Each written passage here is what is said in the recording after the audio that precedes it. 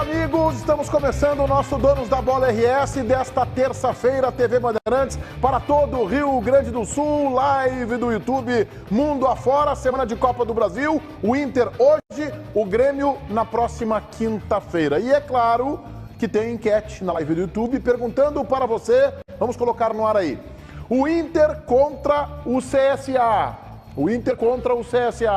precisa golear.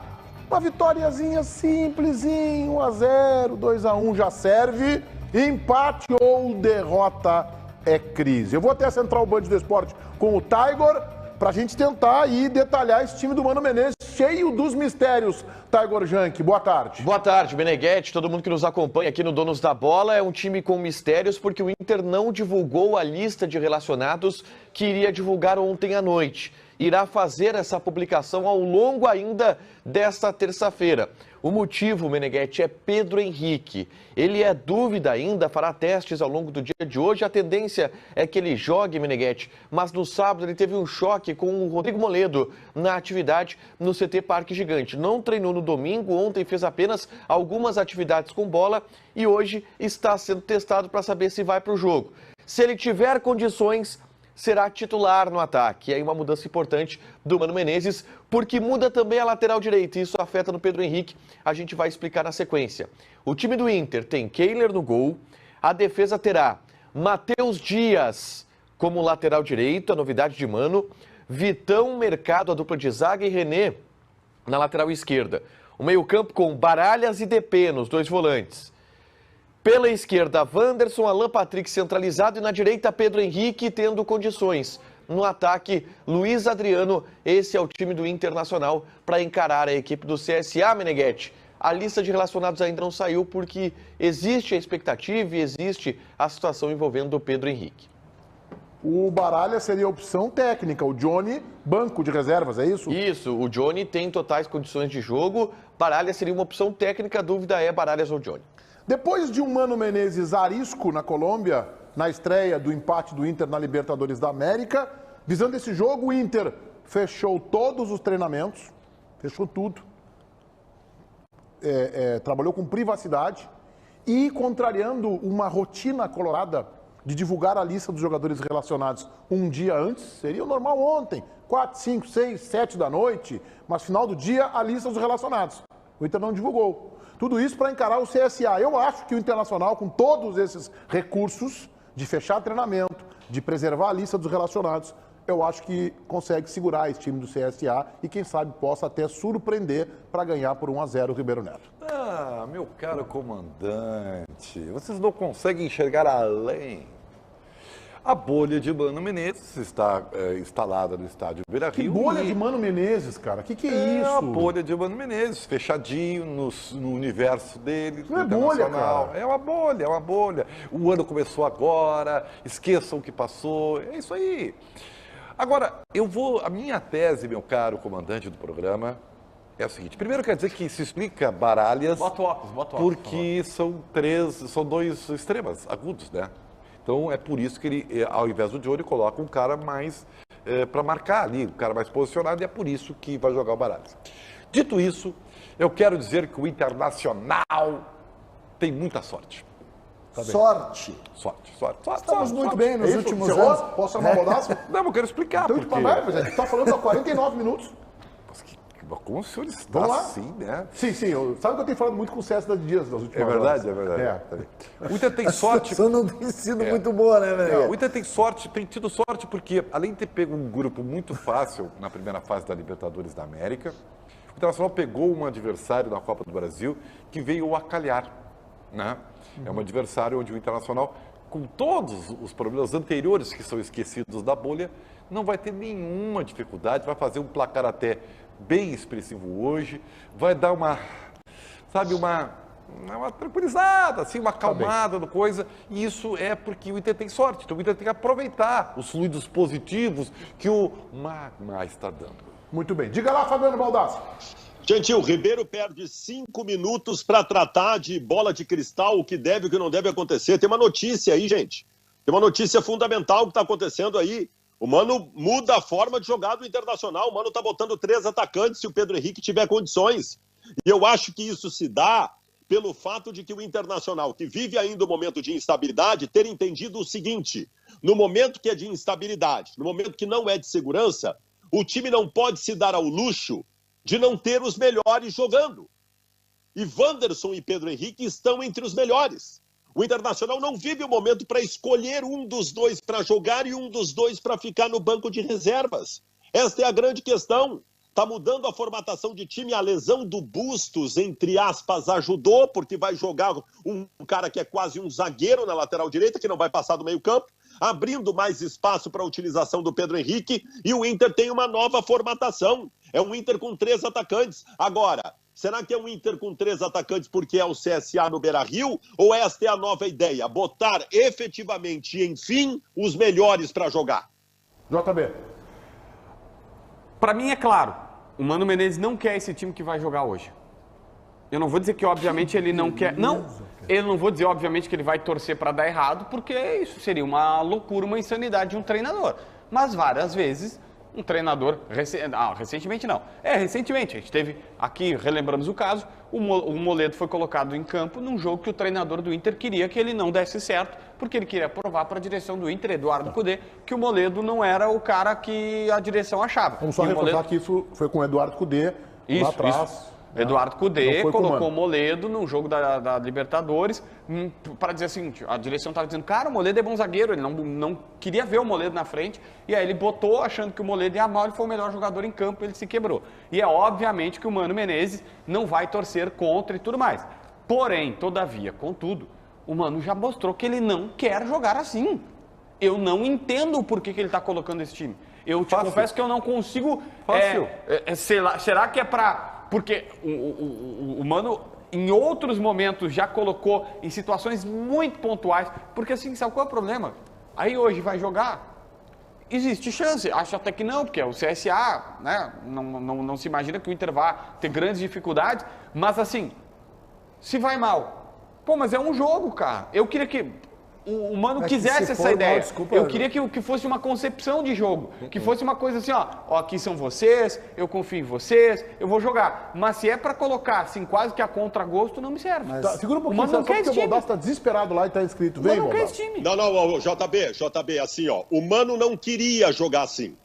O Mano não queria jogar assim, mas existe um fato novo no Beira-Rio neste momento que lhe permite pensar em jogar assim. E este fato novo tem nome e sobrenome. O nome é Charles e o sobrenome é Arangues.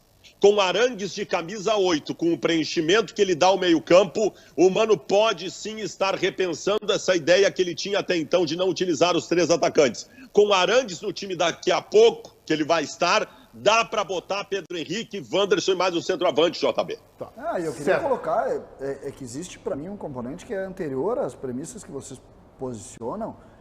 Bustos, a origem de toda a conversa é Bustos. Isso. Exato. O Inter perde o lateral direito, não tem reposição de um lateral que seja um lateral ofensivo, e o Bustos é um lateral ofensivo, e a partir daí tu tem que remontar o teu time.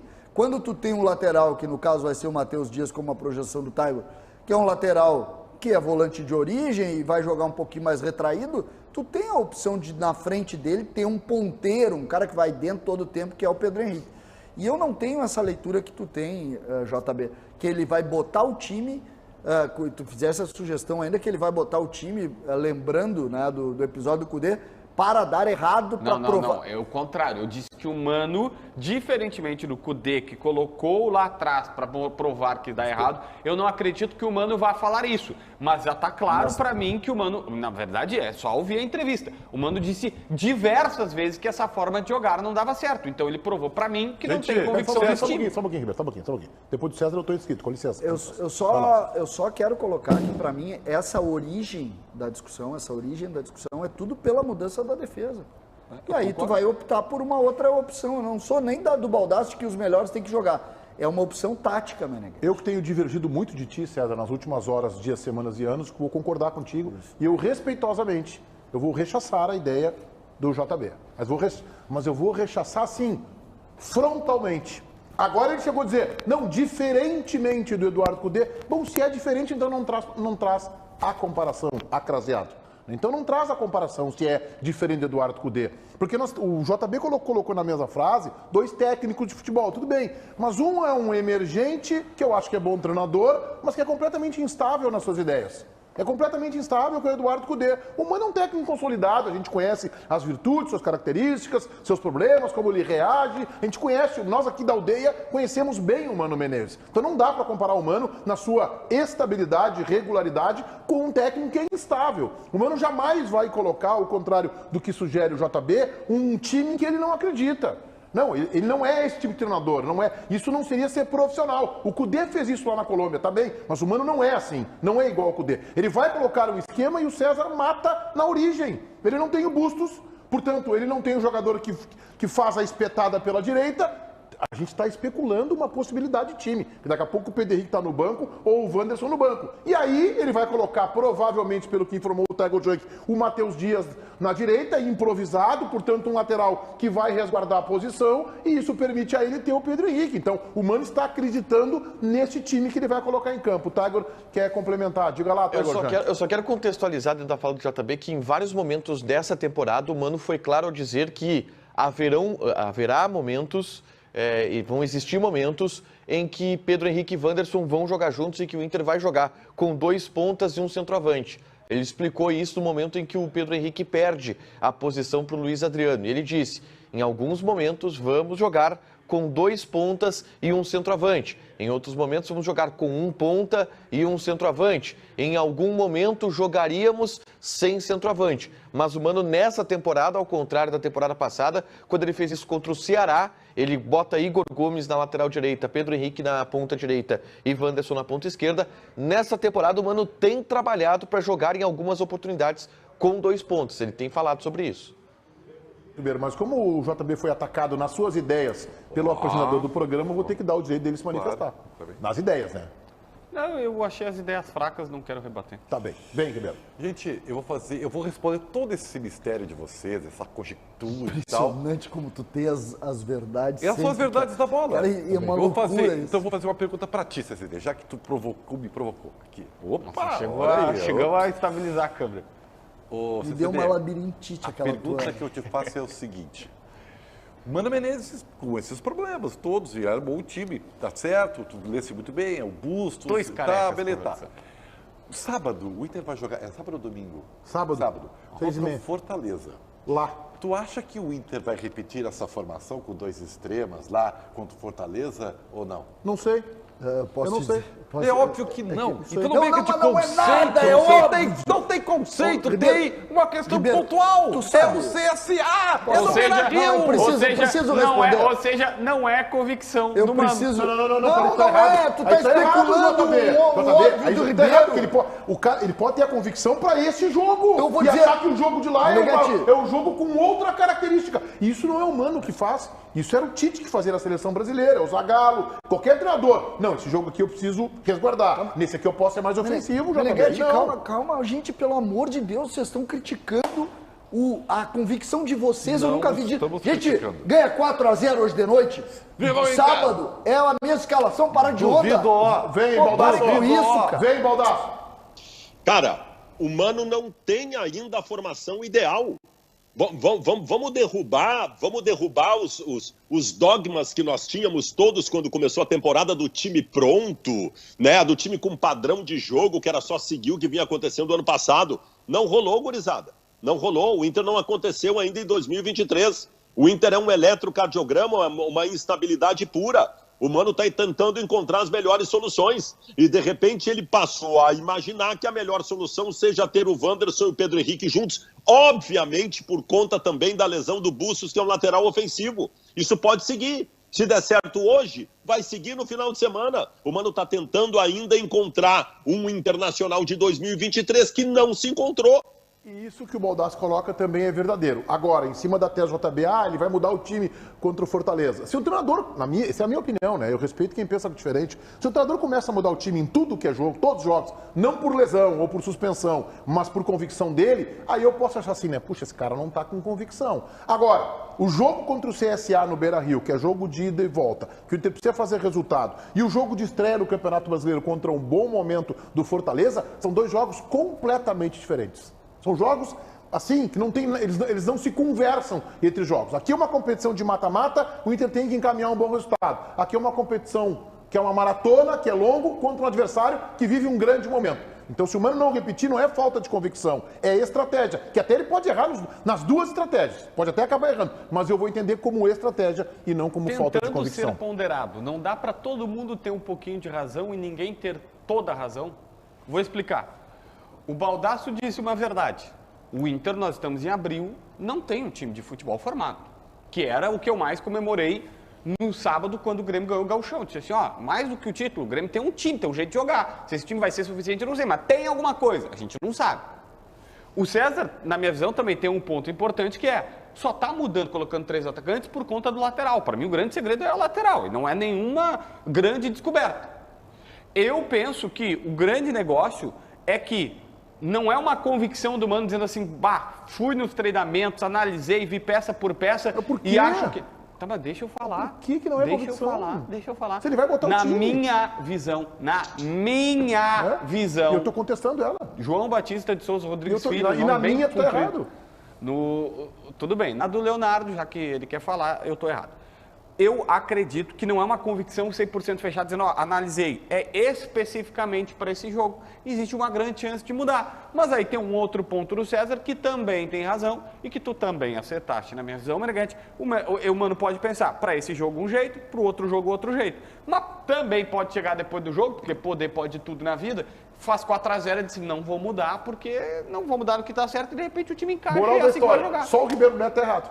Sim, só o Ribeiro não tem nenhum ponto errado. Esse programa faz um serviço para o futebol brasileiro também, nós temos essa responsabilidade. Foi citado algumas vezes no programa aqui uma figura do futebol brasileiro, eu quero deixar um recado importante aqui para a diretoria do Flamengo. Eduardo Cudê é o técnico ideal para o Flamengo contratar neste momento.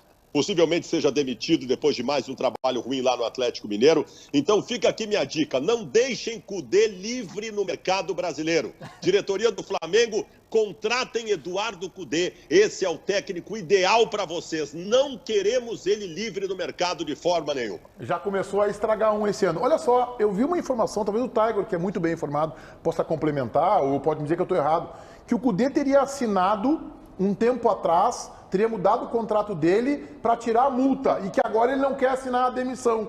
E aí talvez o Atlético acabe compondo para ele ficar mais um tempo. Tu viu alguma notícia nesse sentido, ou houve a mudança da multa, Meneghete. Antes havia uma multa rescisória para a saída do Cudê, seja por pedido dele, como aconteceu no Internacional, por exemplo. O Internacional recebeu uma multa rescisória porque ele pediu demissão para ir para o Celta de Vigo. Ou caso o Atlético Mineiro decidisse demitir ele e essa multa foi retirada. Mas a informação que vem de BH é que, inclusive, os dirigentes do Atlético Mineiro decidiram manter Cudê no Mineirão, manter Cudê em BH, porque souberam do interesse do Flamengo pelo treinador argentino e não quiseram ceder Cudê para o Flamengo.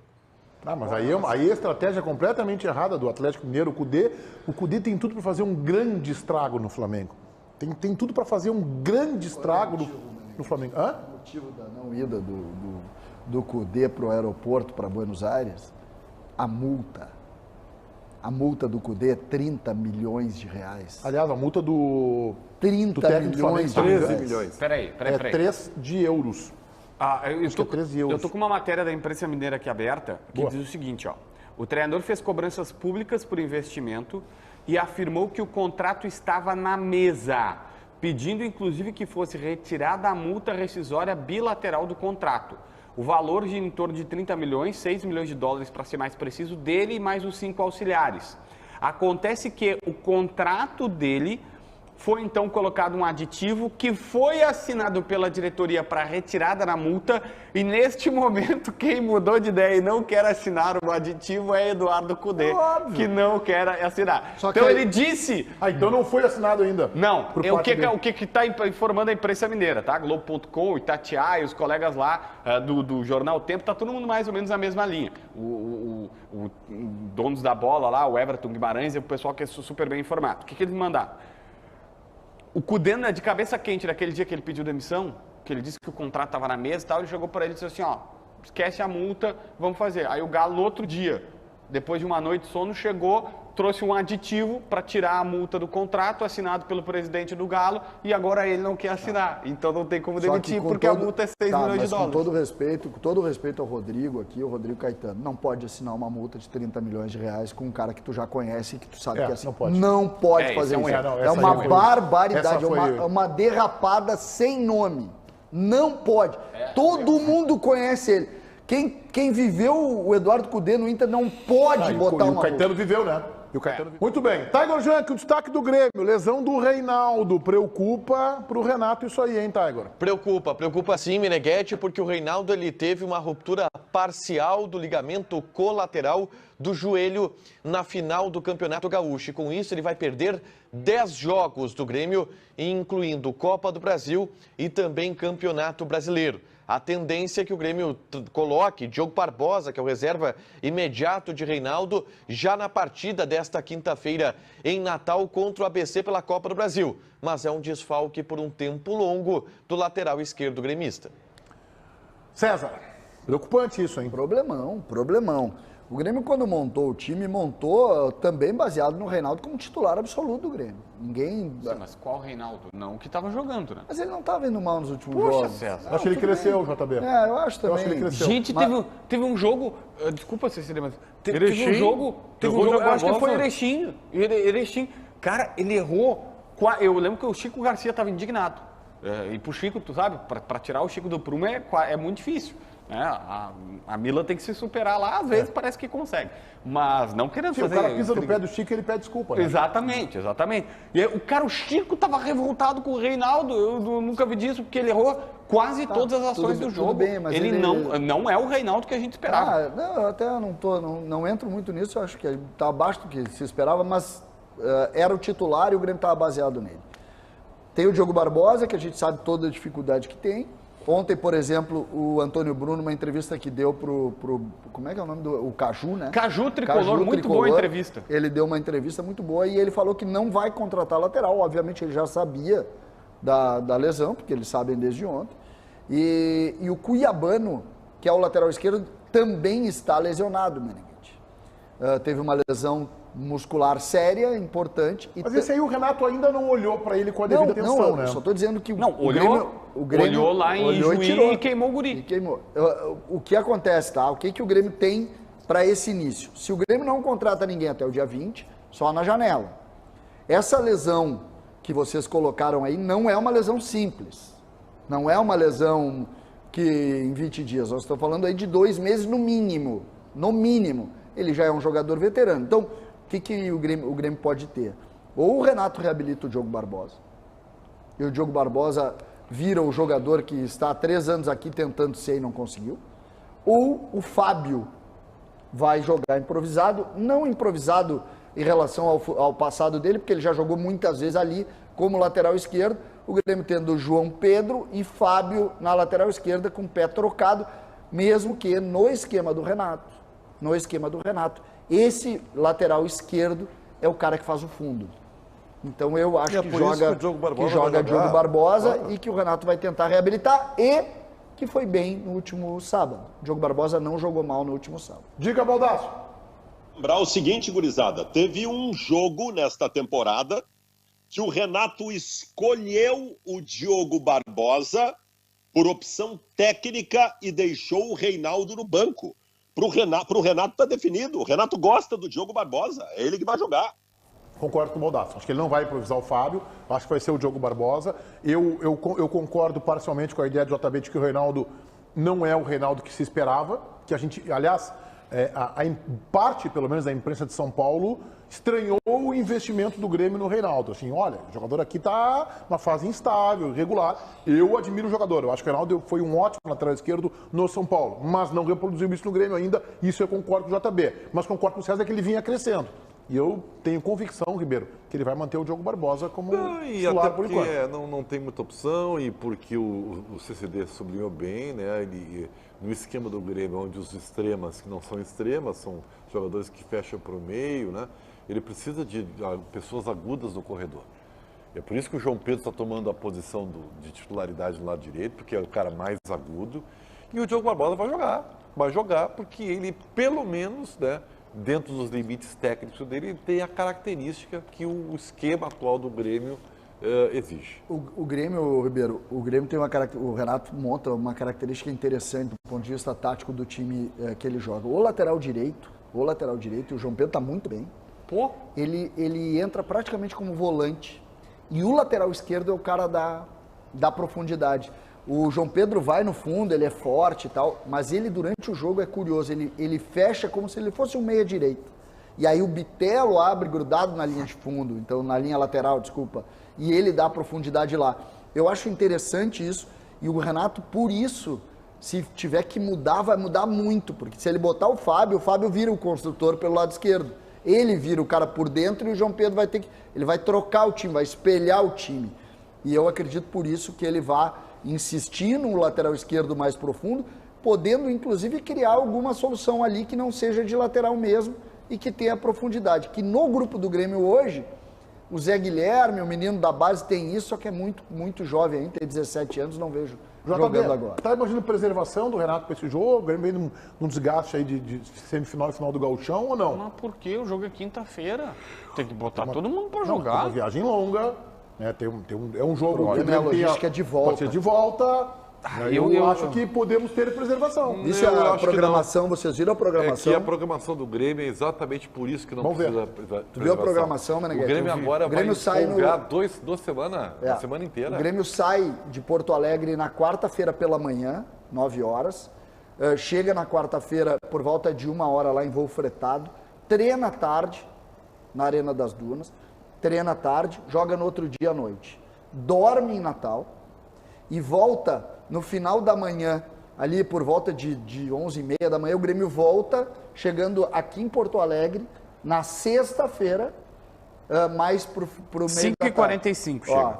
E aí, o Grêmio treina, faz um treininho no sábado pela manhã aqui, né? O Grêmio passa viajando praticamente, mas vai dormir com calma, vai ter uma noite de sono lá tranquilo, e aí viaja no sábado já para Caxias, para fazer o enfrentamento contra o Santos. Não é boa a logística do Grêmio. Mas depois, gente... Por que não é boa? Porque são duas viagens. É que assim, não é uma logística à la Renato. Porque mas assim, depois... cada treinador tem suas preferências. Nem vou usar o Renato, para não colocar o atual aqui. Mas o Renato é mais Filipão. O Filipão é o seguinte, jogou, o ideal para ele é assim, 5 minutos depois, se puder estar no avião e voltar o quanto antes, melhor. O Roger tinha uma outra característica de logística. O Roger prefere dormir no local, acha que é importante o jogador descansar e aí volta no outro dia. Mesmo que tu possa perder um pouco, não vai treinar naquele dia, ele acha que o sono ali é mais importante. São características. Mas o Renato é mais dessa. O ideal para ele, acabou o jogo, mesmo que passe a madrugada no avião, ele prefere que venha antes. Dá para dar um gás, porque o Grêmio faz essa logística, um pouco apertada, evidente, mas depois do jogo de Caxias, o Grêmio tem a semana inteira livre para o jogo contra o Cruzeiro. E depois tem a semana inteira livre de novo. Ele vai demorar para esse jogo de volta do ABC. Eu acho que a outra semana não. Mas, né? então, tu tem... A outra semana tu joga a Copa do Brasil com o ABC. Na quinta-feira, 27. Paulinho está me dizendo pelo ponto. Então são quantos? 15 dias, não, Meneghete? o Grêmio tem... O Grêmio tem uma semana, o Grêmio tem uma aí semana. joga final de semana, Isso. quinta e final de semana. Pô, é muito tempo. Só que essa outra semana também é complicado. Não, mas é que eu acho que o seguinte, o Grêmio vem, ao contrário do Inter, que não disputou a final do Campeonato Gaúcho, vem de 4 jogos, semifinal e final, e agora tem essa viagem longa e joga quinta e joga domingo em Caxias. Depois descansa a semana Eu inteira. não me surpreenderei se o examezinho secar lá apontar, fulano aqui, tem o risco, eu vou preservar. Tem a semana inteira para descansar. Vãozinho Mas a história do fretado. jogador, quinta-feira não joga domingo. Mas é que pode. O zagueiro do Grêmio, o Carioca, o gurizão lá, foi dar um passe e estourou. Todo mundo sabe que pode. Cara, assim, ó, na Se boa. fosse assim, não existiria o secar, né? Voozinho. Não, é que uma coisa é o secado, o cara tá assim, ó, setembro, outubro, novembro, pancada atrás de pancada. Jogo quarta, domingo. Agora, os caras acabaram, fizeram uma boa pré-temporada. Estão de boa, voozinho fretado. Tá brincando, gente vai lá, joga e volta, cara. Mas JB... Para, César. Mas, pelo amor de Deus, a gente passa muito pano pra esses caras. Mas que pano, JB? O Grêmio tem 3 jogadores Ele com tem que lesão jogar. muscular no DM, E aí, e fazendo todas as preservações do Renato. Assim, ó, Ninguém o Grêmio, não preservou ninguém. O Grêmio historicamente, quando tinha seus melhores times, todo gremista possuía, porque o Renato chegava, esse ano nós vamos pro de outra Brasileiro. coisa. Esse ano nós vamos pro Brasileiro. Chegava no Brasileirão. Exatamente o que eu tô Vamos te dizendo. poupar. Aí agora tu quer que ele poupe. Não, exatamente o que eu tô te dizendo. Vê como tu não ouve. Preservar 1 ou 2 jogadores com risco de lesão na quinta-feira, que é o enfrentamento mais fácil, pra tê-los no Brasileiro com o time completo. É que daí também isso que eu tô te dizendo. Mas é isso, o gremista, não falo pela torcida gremista, falo por mim, o gremista, imagino eu, quer que o Grêmio vá bem na Copa do Brasil e no Campeonato Brasileiro. Uma coisa assim, final de temporada, tá por estourar. Mas agora, nem bota essa de cá, porque tu é repórter experiente. Não. Jogar quarta e domingo numa batida insana há 8 semanas, no meio de temporada, reta final de temporada, ok. Agora, comecinho e ali completado. JB, desculpa. O Grêmio tem uma viagem que não é comum o Grêmio fazer. Não é comum o Grêmio fazer. E depois tem viagens também. Eu acho que o Grêmio pode preservar, sim. Vamos lá, Taigor. Olha só, Meneghetti, o Inter já anunciou 2 reforços do seu pacote de 3 jogadores que estão para chegar e que já chegaram nos últimos dias, tá? Ontem à noite, Jean Dias, atacante de 32 anos do Caxias, foi anunciado. Contrato até o final do ano de 2023, já trabalha normalmente no CT Parque Gigante. E hoje pela manhã, Gabriel Barros, 21 anos, estava no Ituano, também foi anunciado. Este com contrato até dezembro de 2026. 2 atacantes de lado que vão servir para grupo. Reposições para Pedro Henrique e Wanderson no decorrer da temporada de Brasileirão, Libertadores e Copa do Brasil. O terceiro que será anunciado em breve é Rômulo, volante / lateral direito, 23 anos, que estava no Atlético, Meneghetti. Muito bem. JB, os reforços foram anunciados. Dos 3 esperados desse pacotão, 2 já estão oficializados. O Gabriel Barros, ele vem com investidor, tu sabia? O Internacional não tinha 2,5 milhões de reais, era um jogador que o Mano queria muito. O Inter não tinha 2,5 milhões de reais na bucha, ou pelo menos não quis comprometer o fluxo de caixa ali e tal. O jogador estava doido para sair. O jogador acha que, 21 anos, já passou pelo Flamengo, mesmo que meio que na base, ele ficou entre base e profissional do Flamengo em 2021, e aí disse, olha, fiz um Paulistão bom, o Inter me quer, o Inter está disposto. Eles tinham um investidor do lado do jogador, e esse investidor veio e botou 2,5 milhões de reais na mesa para o Inter, e agora o Inter vai pagar esse investidor. É um empréstimo, tal qual o Sonda já fez, o Celso Rigo já fez e tal, porque o Mano queria muito este jogador. A informação que me disseram é essa, foi uma união de esforços, assim. Mano queria ele e ele estava doido para sair. Baldasso. Eu quero lembrar com vocês vão me ajudar nisso. Uma entrevista, foi a primeira coletiva do Mano Menezes na temporada. Foi no final de janeiro, na segunda quinzena de janeiro, em que o Mano foi questionado sobre o porquê da demora das contratações. E ele, Mano Menezes, respondeu o seguinte: está demorando porque nós não vamos contratar qualquer um. Está demorando porque nós temos um time pronto e quem vier agora tem que ser diferenciado para aparecer no time. Pois bem, estamos encerrando a janela com o Jean Dias, com o Gabriel Barros e com o Rômulo. O Internacional daria para montar um stand-up com as coisas do Internacional. Essa lembrança do Baldasso, ela é muito oportuna, porque as contratações, e assim, eu não vou ser preconceituoso, né, com jogadores que a gente ou não conhece ou conhece muito pouco. O jogador do Caxias, o Jean Dias, fez um baita campeonato gaúcho, mas não dá para se dizer que essas contratações são as contratações sustentadas pelo treinador. Não adianta vir mais do mesmo, não adianta vir jogadores só para fechar grupo. Nós precisamos de jogadores que deem um upgrade no time, que façam o time crescer. Definitivamente. Mesmo discurso do presidente, tá? Bota o presidente junto, o presidente é o mesmo discurso do presidente. O que me chama a atenção, e isso é mais preocupante ainda, poderia até grenalizar isso, porque eu acho que o Grêmio também tem esse tipo de problema, como o assunto é Inter. Que fracasso das categorias de base do Internacional, hein? Porque o Inter está contratando jogadores que teriam que ser alimentados pela base. Jogadores para grupo, para opção. Não. O Inter não tem uma extrema na base. Uma possibilidade. É muito forte esse Benedetto. Isso aí tem que ser analisado de uma maneira bem mais importante. Tem que ser perguntado para o presidente Barcelos isso aí, né? Tem que ser perguntado. O Inter não tem na base um jogador com essa... Não tem. capacidade? Um volante que possa ser pelo menos parecido com um jogador, com o Rômulo do Atlético, que a gente conhece do Juventude, que vocês me informaram ontem que pouco fardou. Então... É lamentável isso aí. É preocupante. É muito preocupante. A gente debateu o Gustavo Grossi aqui, e aí eu recebi o contato de um cara respeitado no mercado, assim, empresário, cara que conhece, e me passou algumas informações que não são boas. O trabalho dele é criticado por caras que já colocaram muito bons jogadores na base do Internacional e dizendo, olha, a gente está tendo dificuldade, inclusive, de ter reunião. E aí eu sei que alguém vai dizer, mas é isso, não tem que entregar... Não é entregar para o empresário, mas assim... Tem empresário que já colocou um jogador importante aqui no Internacional e que já disse, tá aqui meu jogador, cabe à direção filtrar. E as críticas que eu ouço, assim, tipo, tá num pedestal, Grossi não ouve ninguém, as pessoas falam com ele não muda dos procedimentos e tal. Aí a questão, Meneghetti, pode daqui a um tempo dar muito certo, como pode dar muito errado. A gente vai ter que esperar um pouco mais para ter uma opinião definitiva, porque é aquilo que nós falamos.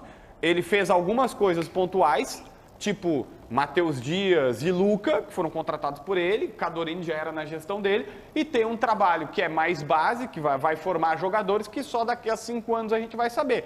O primeiro momento não está dando tão certo, porque os jogadores que subiram, embora o Matheus Dias seja bom e tal, não estão sendo protagonistas, e quando precisa de um ponteiro para compor o grupo também não está conseguindo. Resta saber o outro lado, que é a longo prazo. Fala, Baldasso. Eu só quero lembrar para todos vocês que o trabalho do Gustavo Grossi no Internacional é um fracasso até agora. Uma coisa é a retomada de um clube na base em escombros, quando o Vitório Pífero deixou o comando do Internacional, em que o processo foi feito. Vocês lembram que o Inter contratou uma empresa belga, que era referência mundial, chamada Double Pass, e essa empresa fazia um trabalho de reconstrução na base do Internacional. O Gustavo Grossi não pegou a base do Inter sob escombros. O Gustavo Grossi desmontou um trabalho que vinha sendo feito para colocar um trabalho que não dá resultado. Nós temos que parar com essa balela de que tem que esperar 5 anos para o trabalho do Gustavo Grossi acontecer. O trabalho do Gustavo Grossi no Inter até o momento é um fracasso. Não frutifica, não apresenta nada. O Gustavo Grossi não deveria nem estar mais no Internacional. Só queria deixar essa minha posição para vocês. Eu quero discutir um pouquinho mais essa questão da base do Internacional e nós não vamos conseguir esgotar esse assunto hoje. A gente vai ter que seguir.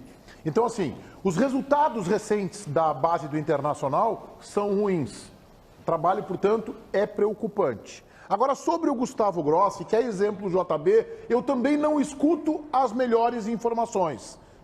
A gente tem de fonte, de pessoas falando, não referendam o trabalho, mas eu sou coerente na minha avaliação.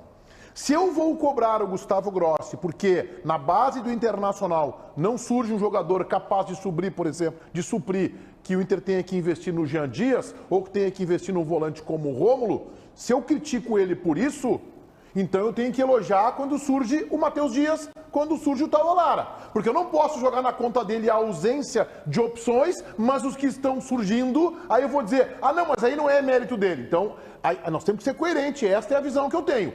Ou ele é responsável também por esses jogadores, e eu acho que ele não é. Eu acho que ele não é, mas ele também não é responsável ainda pela ausência de opções. Eu estou falando especificamente do Gustavo Grossi. Fala, Baldasso. Só para não deixar... Eu sei que o Baldasso... É que o Baldasso tem acho, tá?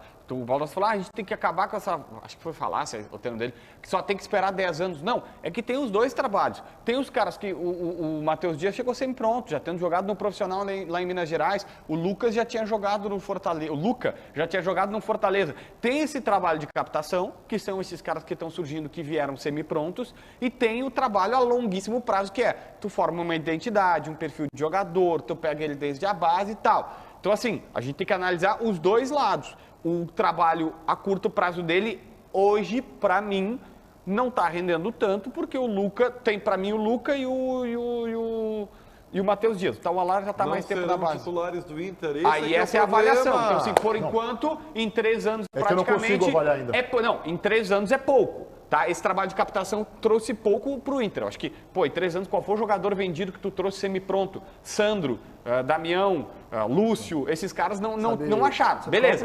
E aí tem a longuíssimo prazo, que é a formação de atletas da base. Rápido, César, por favor, que eu tenho depois o Baldasso. O problema da base é que Grêmio Internacional obrigatoriamente tem que botar jogador. Se tu trabalha mal, eles têm que botar jogador. Fala, Baldasso. Bom, sobre a longuíssimo prazo, a gente vai recebendo informações e trabalha elas dentro da nossa análise como subsídios. A longuíssimo prazo, então. Faz 10 dias que saiu a convocação da Seleção Brasileira Sub-15. Sub-15, longuíssimo prazo. Tem 4 jogadores do Grêmio e nenhum jogador do Internacional. O Inter acabou de anunciar a lista de relacionados, Meneghetti. A novidade é Gustavo Campanharo. Estará no banco de reservas na partida de hoje.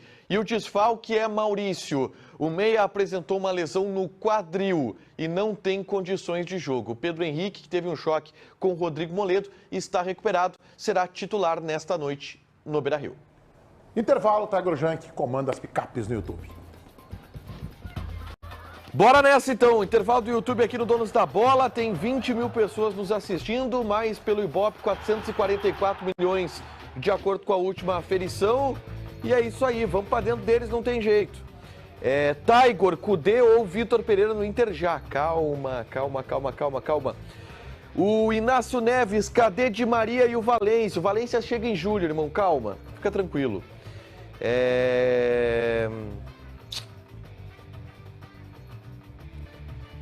Cadê a punição do Inter pelo fiasco contra o Caxias? Vai ter julgamento do TJD, não teve ainda. Mas punição só vale pro gauchão, né, cara? Lamentável. Maurício foi vendido? Não foi vendido Maurício, tá? Inclusive travou a venda dele. Acho que o Inter poderia oportunizar uma captação de novos talentos, dar a chance a atletas até 23 anos. É isso que está sendo feito com o Gabriel Ramos, né?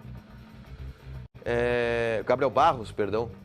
Qual o rango, Tiger? Hoje tem panqueca no almoço. Panqueca. Eu não gosto muito de panqueca, tá, Julinho? Não sou muito, cara. Eu vou comer só 7. Isso, porque eu não gosto muito. Umas 7 vai ter que ser só. Tiger, o Kudê já tá sem dono? Não, o Kudê tá no Atlético Mineiro ainda. E o Mário Fernandes não voltou a ser relacionado ainda, tá? Ele tá treinando com bola, possivelmente seja relacionado para sábado contra o Fortaleza. Acabou? Tchau. Fala, JB. Aqui, ó. Olha o que eles me entregou. Chegou a hora de divulgarmos... Teu microfone está desligado, JB. Que beleza, JB. Pô, mas daí acho que eu bati aqui, desculpe, produção. Chegou a hora, Paulinho Pires já me mandou aqui, ó, de divulgarmos os vencedores do concurso Marquespan leva você ao estádio. A galera que mandou uma frase relacionada ao gol do Edenilson que nós rodamos ontem. Aí, ó, valendo um par de ingressos. João Santos, esse chute do Edenilson foi tão precioso quanto a Marquespan nos alimentando todas as manhãs com seus pães quentinhos e deliciosos. O Henrique da Silva, mais bonito que esse gol do Edenilson, só os pãezinhos da Marquespan saindo do forno e vindo para a mesa de todos os gaúchos. Luana Thalia, mais forte que esse chutaço do Edenilson, só a vontade diária dos gaúchos de comer os pães deliciosos e quentinhos da Marquespan. Toda essa galera, a produção vai entrar em contato e vocês vão ganhar o ingresso para o jogo do Inter. Parabéns, JB. Olha só, gurizada, e a todos vocês que participaram também, em especial a turma da Marquespan. Vamos colocar o resultado final da nossa enquete interativa. Ribeiro, fica atento que eu vou te chamar com os dados da jornada esportiva. O Inter contra o CSA precisa golear 40%. Vitória simples já serve 18%. Empate ou derrota é crise, é Skype, é aquela coisa toda na Rádio Bandeirantes. 42%. Jornada esportiva hoje. 7 da noite começa a bagaça, entendeu? Depois de Marcos Couto, Calvin Corrêa, Luiz Henrique Benfica, Tiger Junk, Lucas Dias. Ou seja, o mundo esportivo da Band. E Paulo Pires. Evidente, né? Para Inter e CSA, para assistir e transmitir a goleada do Inter. Às 7. O jogo é às 8, né? O jogo é às 8. O jogo é às 8. Às 7 horas, portanto. A gente volta amanhã ao meio-dia. Hoje não tem, né, o Donos Radio, porque tem a grande jornada para Inter e CSA. E agora vocês ficam na companhia do Alexandre Mota. Tudo bem, Mota? Boa tarde. Boa tarde, Meneghetti. Boa tarde aos demais integrantes dos Donos da Bola. Eu estou muito feliz hoje, sabia? Nos conte. A minha felicidade vem lá do Rio de Janeiro, da Gávea, onde Vitor Pereira foi demitido pelo Flamengo, ou seja, limaram o pescoço do Portuga. Nada tão ruim que não possa ser piorado. Talvez venha aí Eduardo Cudê. Meu Deus. Não, acho que não. Pode ser. Foi especulado. Um abraço, Mota. Valeu, Meneghetti. 7 da noite tem na rádio. Amanhã, meio-dia, tem mais Donos da Bola aqui na Band RS.